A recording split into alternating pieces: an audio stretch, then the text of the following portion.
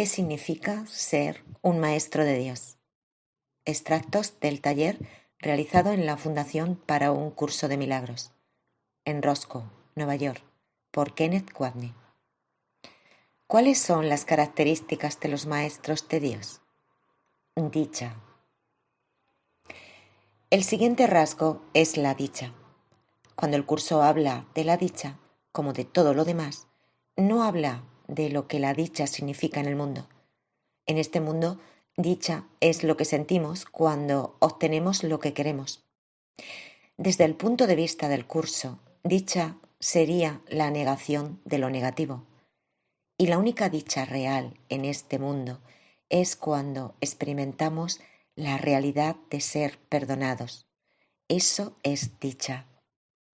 Todos operamos bajo esta tremenda carga ilusoria de culpabilidad y odio hacia uno mismo, al creer erróneamente que no merecemos ser perdonados, que no merecemos ser hijos de Dios, si es que existe un Dios. Todos llevamos a cuestas esa tremenda carga. Cuando de veras reconocemos que literalmente inventamos todo eso, que Dios nunca ha dejado de amarnos y que se nos ha perdonado lo que nunca hicimos, eso es dicha. Es la absoluta negación, ausencia e invalidación del sistema de pensamiento del ego, que es un sistema de culpabilidad, ataque, reproche, etc. Esa es la dicha. No tiene nada que ver con lo externo. Jesús nos dice, la dicha es el resultado inevitable de la mansedumbre. La mansedumbre significa que ahora el miedo es imposible. ¿Qué podría entonces obstaculizar la dicha?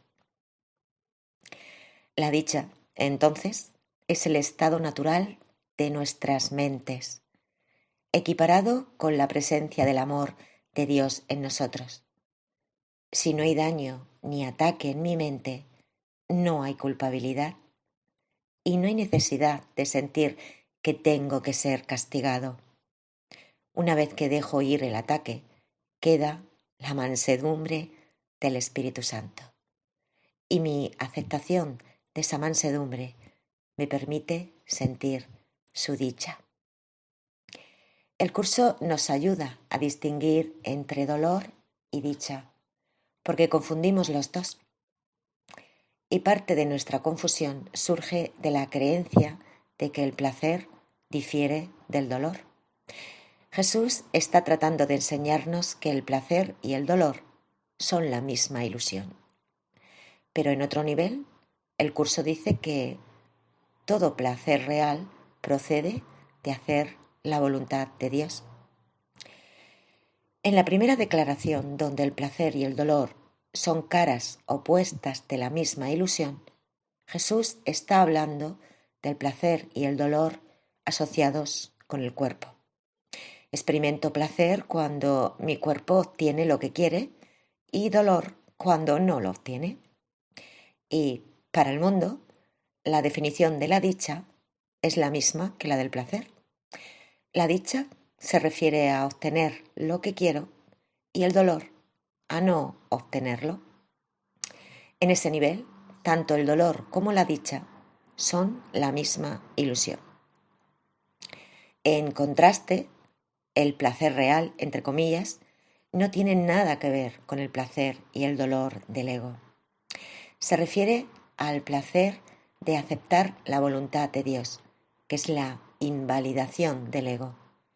Y este placer equivale a la dicha que estamos comentando aquí, la dicha de trascender la esclavitud del placer y el dolor, o de la dicha y el dolor en el nivel del ego. En otras palabras, la verdadera dicha, el verdadero placer, no tiene nada que ver con obtener lo que quiero o evitar lo que no quiero en el mundo. La dicha se refiere al estado de mi mente en ese instante, cuando sabe que ha sido absuelta de toda culpa y la culpabilidad simplemente desaparece. Esto no significa que no debamos disfrutar de cosas en el mundo. Solo significa que cuando las disfrutamos no queremos convertirlo en cosa del otro mundo. Si lo hacemos, nos hemos atascado, porque esas cosas no durarán. Por ejemplo, todos disfrutamos de un día hermoso. El curso nunca diría que es pecaminoso disfrutar de un día hermoso. Pero, ¿qué hago si llueve durante 5 días seguidos? ¿Significa eso que ya me quedé atascado sin la paz de Dios y sintiéndome absolutamente miserable? Eso es una trampa. Lo que queremos hacer es disfrutarlo, pero no apegarnos a ello, creyendo que la salvación consiste en tener un hermoso clima. Eso equivaldría a tendernos una trampa a nosotros mismos. No debemos sentirnos culpables porque disfrutamos de ciertas cosas o no disfrutamos de otras, por ejemplo, ciertos alimentos. La idea, nuevamente, no es convertirlo en la gran cosa. Coman lo que les guste y no coman lo que no les guste. Vivan en un clima que les agrade y eviten el clima que no les agrade. Simplemente no le den mayor importancia. Una vez que hacemos eso, creemos que algo en este mundo es nuestra salvación o condenación. Entonces, lo estamos haciendo real y nos hemos atascado. De nuevo, Jesús nos recuerda, la mansedumbre significa que ahora el miedo es imposible. ¿Qué podría entonces obstaculizar la dicha? En otras palabras, las interferencias se han eliminado. El ataque, el daño, la culpabilidad, etc., son interferencias que obstaculizan la dicha. Cuando he elegido la mansedumbre del Espíritu Santo, no puedo tener miedo. Si estoy con el amor del Espíritu Santo, entonces no puedo tenerle miedo a su amor. He aceptado su amor, por lo que ahora es imposible que haya miedo. Ya no hay barreras que interfieran con esta dicha. Jesús nos dice, las manos abiertas de la mansedumbre están siempre llenas. Esta es una línea importante. Su opuesto, entre comillas, sería que las manos de la nocividad están cerradas. El ego nos ha dicho que nuestras mentes están llenas de oscuridad, maldad, pecado y culpabilidad. Y nos horroriza. Entonces, cuando el ego me dice que mis manos sostienen el mal, la oscuridad y el pecado, las cierro rápidamente, diciendo que nunca más miraré aquello, porque si lo hago, me matará el Dios iracundo y vengativo que he atacado. Y si mis manos están cerradas, ¿cómo puedo tomar la mano de Jesús o del Espíritu Santo? Mis manos están cerradas para proteger mi odio a mí mismo, mi odio a Dios, mi juicio de todos y mi miedo. Eso es la nocividad. El curso nos ayuda a darnos cuenta de que no estamos protegiendo nada en absoluto. Cuando por fin llegamos al punto en que podemos abrir las manos, nos damos cuenta de que no hay absolutamente nada allí. Todo fue inventado. Primero, cierro las manos para empuñar la culpabilidad, el odio a mí mismo y el asesinato.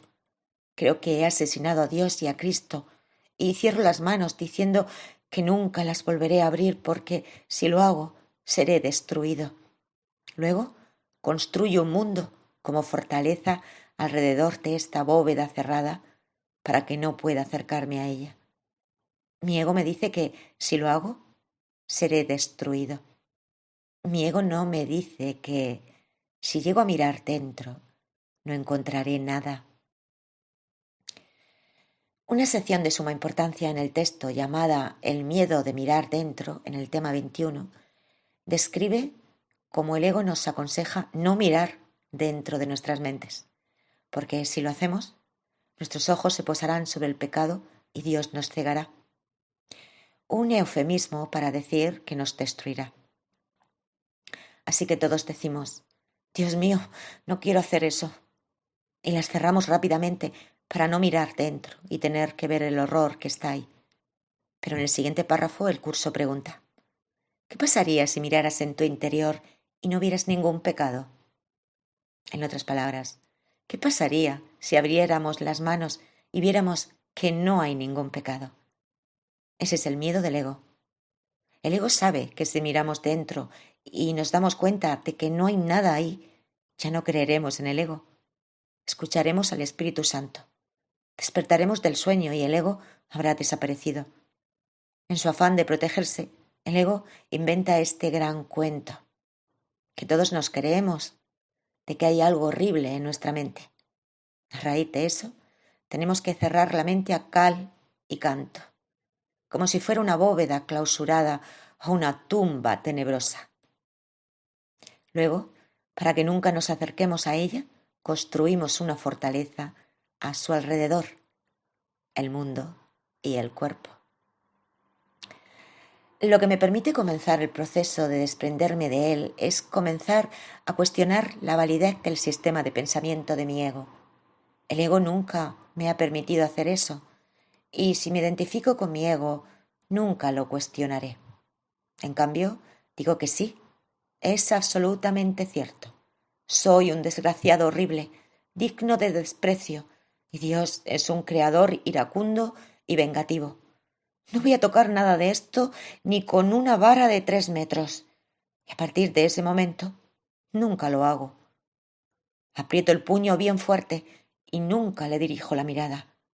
Invento un mundo para distraerme de mi puño cerrado y luego hago que todos mis problemas en el mundo sean reales. Nunca me cuestiono si todo aquello no será pura invención. El perdón, entonces, es el proceso por el cual comenzamos a cuestionar lo que el ego nos ha dicho que nunca debemos cuestionar. Algunas de las premisas que comenzamos a cuestionar en nuestra vida cotidiana son si el ataque estará justificado, si el dolor y la pérdida serán verdad, si los problemas y sus soluciones en el mundo serán reales, etc. Así que el curso nos presenta este inmenso sistema de pensamiento que acaba siendo increíblemente simple. Dice que lo falso es falso y que lo que es verdad nunca ha cambiado. La verdad que nunca ha cambiado es el amor de Dios y lo que es falso es el sistema de pensamiento del ego. A medida que empiezo a cambiar mis percepciones a tu respecto, ya no te veo como este villano terrible. Lentamente empiezo a cambiar mis percepciones de mí mismo, porque la forma en que te percibo es la forma en que me percibo a mí mismo. Y así es como el perdón comienza a deshacer poco a poco el sistema de pensamiento del ego. De nuevo, eso es lo que significa esta línea. Las manos abiertas de la mansedumbre están siempre llenas. Cuando abro las manos, están colmadas del amor de Dios. Cuando están llenas de su amor, no puede haber miedo, ni culpabilidad, ni ataque, ni daño. Y no puede haber dolor, solo dicha. Y Jesús nos dice, los mansos no experimentan dolor, no pueden sufrir. ¿Cómo no van a ser dichosos? Están seguros de que son amados y de que, por lo tanto, están a salvo. Todo el dolor proviene de la creencia de que merezco padecer y sufrir dolor, lo que significa que todo el dolor proviene de la culpabilidad o de una falta de perdón. No es más que eso. Entonces, mientras mis manos sigan cerradas, la fuente del dolor siempre estará ahí. La fuente del dolor es lo que creo que está dentro de mi mente, la falta de perdón que viene de creer que he atacado a Dios. Cuando abro el puño y desaparece la oscuridad, para empezar, nunca estuvo allí, solo estuvo oculta de la luz. Ya no hay fuente de dolor, porque ya no hay culpabilidad ni falta de perdón que exijan castigo. Así que todo aquello desapareció. Nos dice Jesús, la dicha va unida a la mansedumbre tan inevitablemente como el pesar acompaña al ataque. El pesar debe acompañar al ataque porque cuando ataco debo creer que me vas a corresponder atacándome. Por lo tanto, estaré atemorizado. Cuando ataco, solo puede ser porque estoy tratando de proteger este sistema de pensamiento de estar separado de Dios. Una de las mejores maneras de asegurarme de que nunca abra este puño cerrado, esta bóveda clausurada en mi mente, es atacar. Cuando te ataco, digo que estoy molesto por lo que me has hecho y no por lo que estoy protegiendo en mi puño, en mi mente. Así que mantengo este sistema de pensamiento intacto en mi mente y nunca lo cuestiono, nunca lo suelto. Dentro de este sistema de pensamiento, donde existe esta terrible sensación de pecaminosidad, odio a uno mismo y miedo, se encuentra el pensamiento central de que soy pecador, soy culpable y tengo miedo porque he atacado a Dios y he desechado el cielo. Ese es mi pesar. Una línea del folleto de psicoterapia dice: ¿y por qué sollozaría a alguien sino por su inocencia? La única fuente de verdadera tristeza y pesar en este mundo es la creencia de que hemos desechado la inocencia de Cristo, la inocencia de quien somos, y que nunca la recuperaremos. Por eso todos estamos tristes. Eso es la depresión, el pesar, la soledad, el dolor, el duelo. De ahí viene todo lo negativo en este mundo. Si tan solo pudiera abrir la mano y mirar dentro, vería que no hice nada. No he desechado la inocencia del cielo. El Espíritu Santo simplemente me la ha guardado en mi memoria. Toda la idea de la inocencia perdida no fue más que una historia inventada. Si miro dentro, el sistema de pensamiento del ego desaparecerá en la nada de donde provino. Pero si no lo miro, continuaré creyendo que está allí y que es real. Y la puerta de mi mente permanecerá clausurada. De ahí nos llegan el pesar y el dolor. Todo el propósito del curso es que nos demos cuenta de que estamos protegiendo lo que no es nada, literalmente nada. Y el perdón es ese proceso apacible que paso a paso nos ayuda a darnos cuenta de ello. Pero una vez que me dejo atrapar por el mundo, al creer que cualquier cosa en él significa algo, estoy diciendo que existe un recinto fortificado que es real y necesario para protegerme de este miedo en mi mente. Una línea en la sección sobre el anticristo, en el tema 29, que por supuesto es el ego o un ídolo, habla del anticristo como la extraña idea de que hay un poder más allá de la omnipotencia.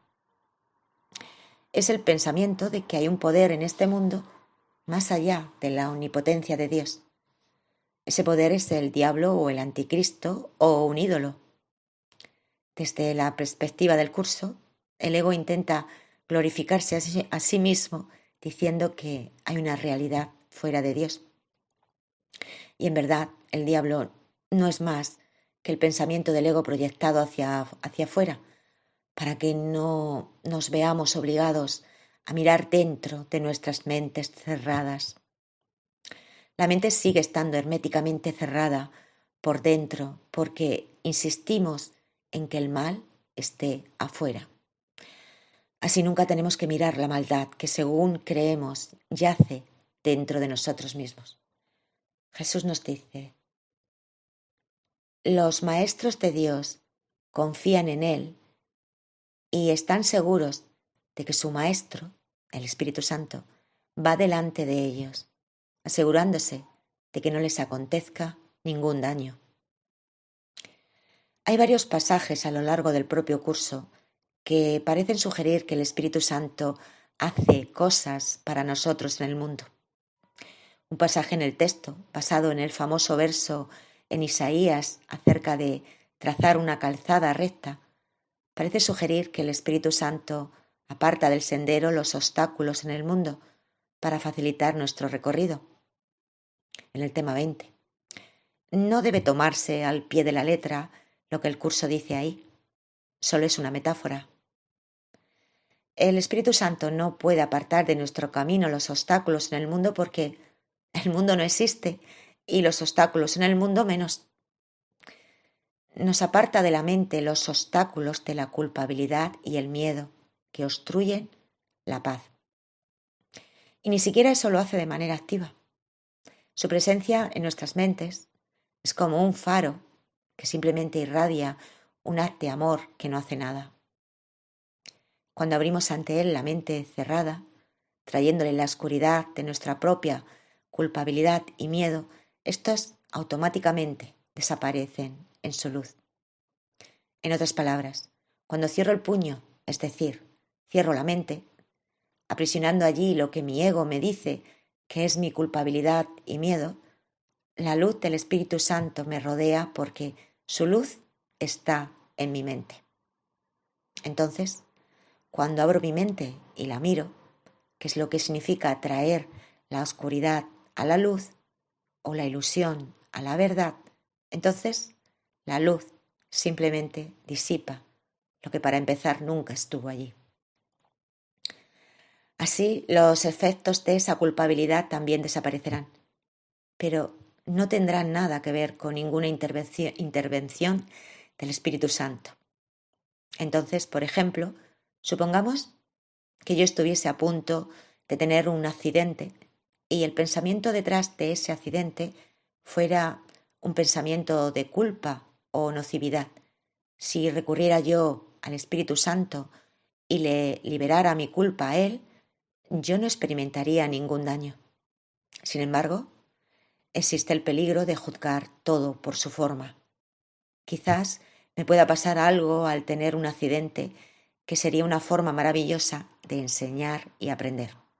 Por ejemplo, Jesús tuvo un accidente grave, entre comillas, su crucifixión. Pero el accidente, entre comillas, no fue causado por sus pensamientos nocivos.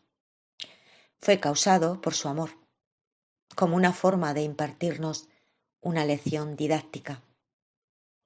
En principio, si la causa de un accidente o de una enfermedad es la culpabilidad o el ataque, y no hay culpabilidad o ataque en mi mente, entonces no puedo tener un accidente y no puedo tener una enfermedad.